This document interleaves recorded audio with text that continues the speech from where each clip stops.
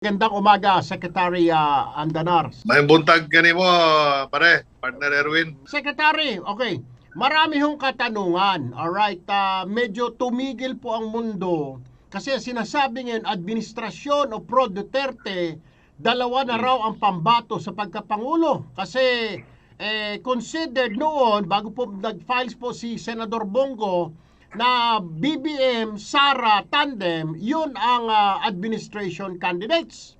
Pero nung pumasok si Senator Bongo, medyo naiba ang ihip, Secretary. Did you see it Ayan. coming or nakita ba ninyo ito?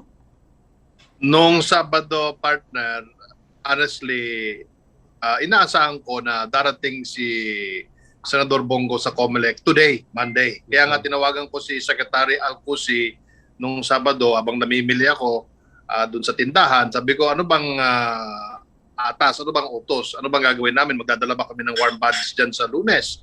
Sabi ko, sige, pakontakin mo sa akin yung coordinator mo para maayos natin yung pwesto nila dun sa COMELEC. Pero habang ako ay namimili, bigla ako nakatanggap ng tawag. Sabi, pumunta ka na ng COMELEC, papunta na yung Senador Bongo. Hindi ko alam kung anong gagawin. Sabi ko, pero nag-assume na ako na i-withdraw niya yung kanyang candidacy pagka-vice presidente dahil alam natin na si Inday tumakbo na. Alam naman natin na ayaw banggain ni Senator Bongo ang anak ng kanyang boss. So, yun lang ang inasahan ko. Hindi ko inasahan na PDDS ang kanyang gagamitin pala pagka-presidente at lalong-lalo na hindi ko in-expect na kakandidato siya bilang presidenta. But as a friend, kaibigan ni Senador Bongo, nag-speculate ako. Sabi ko nga sa message ko na the long wait is over. Bongo is my president. Okay. Sabi ko. Yun nga, yung nangyari. Kaya yun na yun. Tapos sabi ni Presidente, habang kami nag-uusap, ako'y babalik sa Lunes. Sabi ko, sir, anong papailan nyo? Vice Presidente. Tapos natanong din siya ni Mayan Los Baños. Ganun din yung sinagot niya. Kaya ngayon, abangan natin ang susunod na kabanata. And while we are waiting, partner, kasama ko si Dr. Caminero dito sa PCL. According to our sources, meron ding mga kakampi. Si Inday, from the Inday camp na nandito, nag-stake out. Meron sa COMELEC, meron dito sa may Ross Boulevard area, hoping na baka meron pang mga panibagong changes na naman.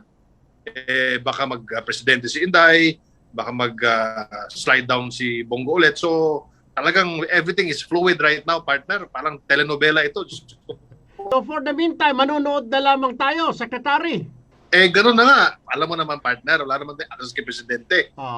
Yung access natin hanggang doon lang sa labas ng kanyang opisina. Diba? Hindi man tayo makapasok doon. So anyway, we just wait for the decision of the family. Pamilya na yan, partner. Out na tayo dyan. Sila na yung mga mag-ama na mag-uusap dyan. Kaya we hope for the best for both of them, the father and the daughter. So, is President Duterte surely na magpa-file as VP this Monday, today, or may mga usapan na as senator? Masasagot dahil hindi ko rin alam, partner. Your guess is as good as mine. Pag nag-file siya, busy ba, senador, o hindi ba siya magpa-file? Aatras ba si Inday pagka-vice president, tatakbo ba siya presidente? Aatras ba ulit si Senator Bongo? Lahat na ito, puro speculation na ito, partner. Pero as far as I'm concerned, as of now, Bongo is my candidate for president. At all out talaga. Sabi nga nila sa English, di ba? Let the chips fall where they may.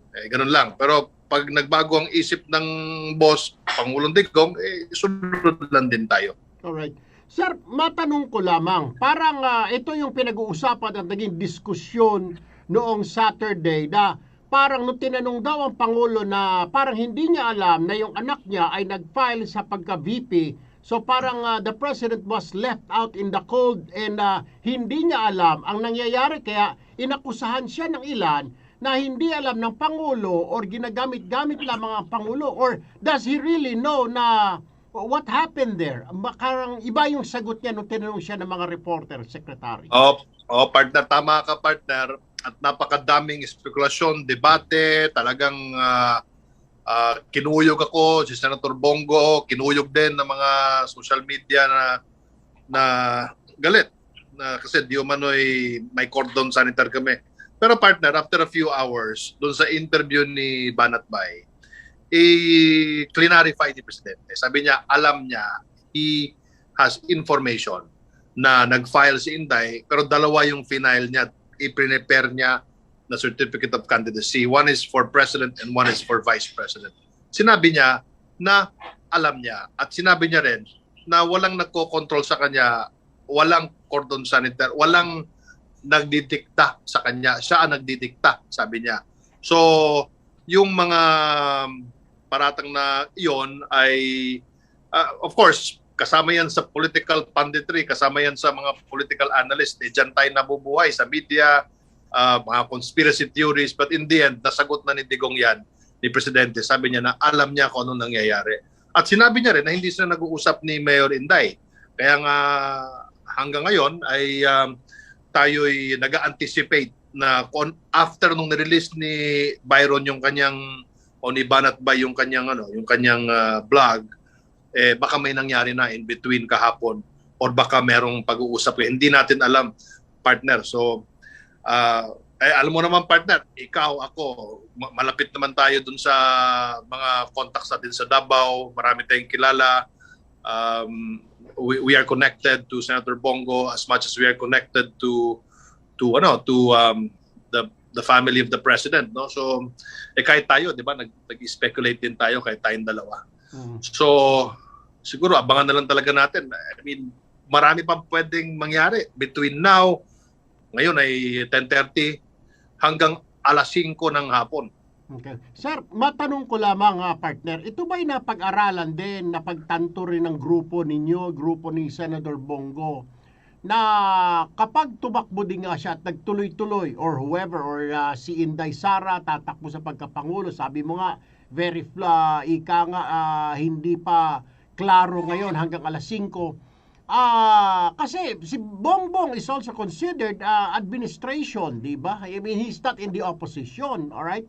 Kasi siya lang yung kandidato na hindi pa binanata ng Pangulo. So thereby, ang tingin ng mga pro-Duterte, na mga sumusuporta rin sa kanya, he is not an opposition, thereby making him also a candidate of the administration. Ang problema dito, Secretary, na ito ba'y nabasa na pag-aralan ng kampo kaya ni Pangulong Duterte na kapag tumakbo sila ay mahahati ang boto, baka makalusot ang oposisyon. Okay, diretso na natin. Lumusot si Leni Robredo o lumusot si Isko Moreno dahil sila yung malapit-lapit, Secretary Mark.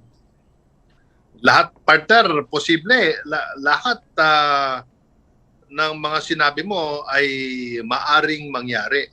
Alam mo naman sa Pilipinas, ang politika natin dito ay very unstable. Hindi ibig sabihin na kung naunguna ka sa survey ngayon, ay ikaw pa rin maunguna bukas. Pwede magbago yan. Diba? Ang dami yan. Kay Manny Villar, nangyayari na yan. Kay Jejomar Binay, nangyayari na yan. At ang alam ko, si Erap lang ata yung nanalo talaga through and through, na leading from the first day all the way to the last day. So, isa yan sa mga chapters na talagang dapat abangan natin. Pero sa ngayon, nakatutok tayo lahat sa final decision. Base doon sa ruling ng COMELEC na kung sino talaga yung pinal na presidente, pinal na vice president. And until then, everything is all up in the air, partner. I have last two questions, Secretary. Bakit PDDS, not PDP laban ang tinakbo ni Senator Bongo as a candidate for presidency? Bakit? Yan din ang tanong ko, partner. At sabi nga ni Dr. Larry dito na merong kaso yung PDP laban. So dalawang faction yan. Siyempre para wala nang complication, 'di ba? Si Manny Pacquiao din naman ang ginamit niya yung partido ni Osmeña, 'di ba? Ano yun, PROMD, no? PROMD, no? So PROMD. So para wala nang komplikasyon, yung PDDS ang ginamit. At magkaibigan naman si Presidente, si Senator Bongo, pati si Butch Belica, kasama si paring Greco. So palagay ko magandang desisyon 'yon na doon nag-file si Senator Bongo sa PDDS. Alright. Sir, panghuli na lamang, sabi mo kanina ay may mga tao si Inday Sara sa COMELEC ngayon, may mga dalang dokumento, may mga naglalabas sa Facebook. So nabanggit mo rin na baka magbago pa at pagka-presidente ang tatakbuhan ni Madam Sara Duterte ngayong araw. So ano ang reaksyon ng kampo naman ni Senador Bongo rito? Is he willing to slide down as Vice President kung tatakbo si Sara Duterte as President, Secretary? Ang sagot ko dyan, partner, pagbabasihan ko lang yung mga statements ni Senador Bongo, no? Kasi hindi naman napag-usapan ito. Pero sa mga statements ni Senador Bongo na very consistent, na hindi talaga siya babangga, hindi niya ko komprontahin sa eleksyon, sa anumang mga laban ang anak ni Pangulong Duterte dahil meron siyang loyalty sa Duterte family. Kaya nga siya umatras bilang Vice Presidente kasi nga nag-file si Mayor Inday for Vice President. So yon, napakagandang pagpapakita, tsaka talagang pinakita ni yung goodwill, no, na pinakita ni Senador Bongo, yung kanyang sincerity na hindi talaga siya babangga. No matter what, hindi siya babangga. Kahit na naiyak na siya, kahit na nasaktan siya, sinabi ni Presidente yon na hindi tama yung ginawa kay Senator Bongo dahil matagal na siyang nag-file for Vice President. Alam na naman, pero bakit nilaban pa? Kaya pati siya on a matter of principle, sabi ni Presidente, he will go for Senator Bongo for President dahil nga yun ang prinsipyo niya. Now, sinabi niya rin na kung nagkaharap si Mayor Inday at si Senator Bongo for Vice President, on a matter of principle, he will support Senator Bongo kasi nasa partido yan. But, you know, we want everything to end well, you know, kasi siyempre, kahit pa paano pamilya yan eh. Out na tayo sa kanila mga relasyon. At the end of the day, parehas tayo lahat, mga taga Mindanao, mga Mindanaoan tayo. Isang kampo lang naman dapat tayo eh. Si Presidente Digong, si Mayor Inday, si Senator Bongo. So palagay ko, dun sa tanong mo, kung magbago isip ni Mayor Inday at winidraw niya yung vice presidential candidacy niya at nag-file siya for president, palagay ko may gagawin si Senator Bongo na isang move na talagang may iwasan itong kumprontahan nilang dalawa dahil sa kanyang dedication at loyalty kay Presidente Digong at sa pamilya Duterte. Yun lang sa akin palagay lang. Alright. Ito, may mga, I'm sure, nababasa mo rin sa social media, na sinasabi na parang pinaglalaruan lang ang taong bayan ngayon. Ano ang reaction mo dyan, Secretary? Alam mo, partner, ang pagiging presidente at vice-presidente ay hindi pinaglalaruan yan. Ito ay napakahalagang posisyon sa ating bansa sapagkat dito nakasalalay ang kinabukasan ng susunod na mga henerasyon. At tayo, kinabukasan natin dalawa. Correct. Ganon ka importante ang posisyon na yan, yung President at Vice President, na nagdulot ng ganitong klaseng decision-making process.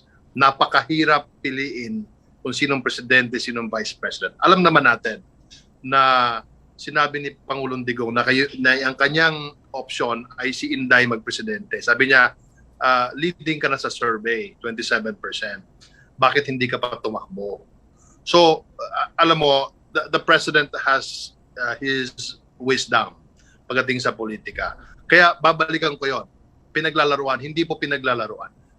Ganyan po kahalaga ang pwesto ng Presidente at Vice Presidente para kay Pangulong Duterte. Kaya talagang nag-aabang siya kaya ginagawa niya lahat, nag-a-adjust siya ng mga desisyon niya base doon sa desisyon ng anak, base sa desisyon ni Inday sapagkat alam naman natin na sinabi ni Presidente na leading na si Inday. So, even si Senator Bongo ay yung kanya mga desisyon nakasalalay din doon sa desisyon ni Inday. So, kung sa hierarchy pa si Inday yung number one choice, tapos yung number 2 choice si Senador Bongo, pag ayaw nung number 1, anong gagawin? Siyempre tataas yung pangalawa. So wala pong paglilinlang dito, wala pong panggugulo dito. Ganyan po ang politika at ganyan po kahalaga ang posisyon na ito na kailangan po natin planuhin ang gusto, gawin lahat, antayin yung last minute, yung last second because we really want the best candidate for the administration dyan sa pagkapangulo at pagka-vice Pangulo, Vice Presidente. Secretary Martin Andanar. Sir, maraming salamat po sa panahon na binigay niyo po sa amin. Alam ko busy kayo. Thank you very much, sir. And you have a wonderful day, Secretary. Partner, salamat.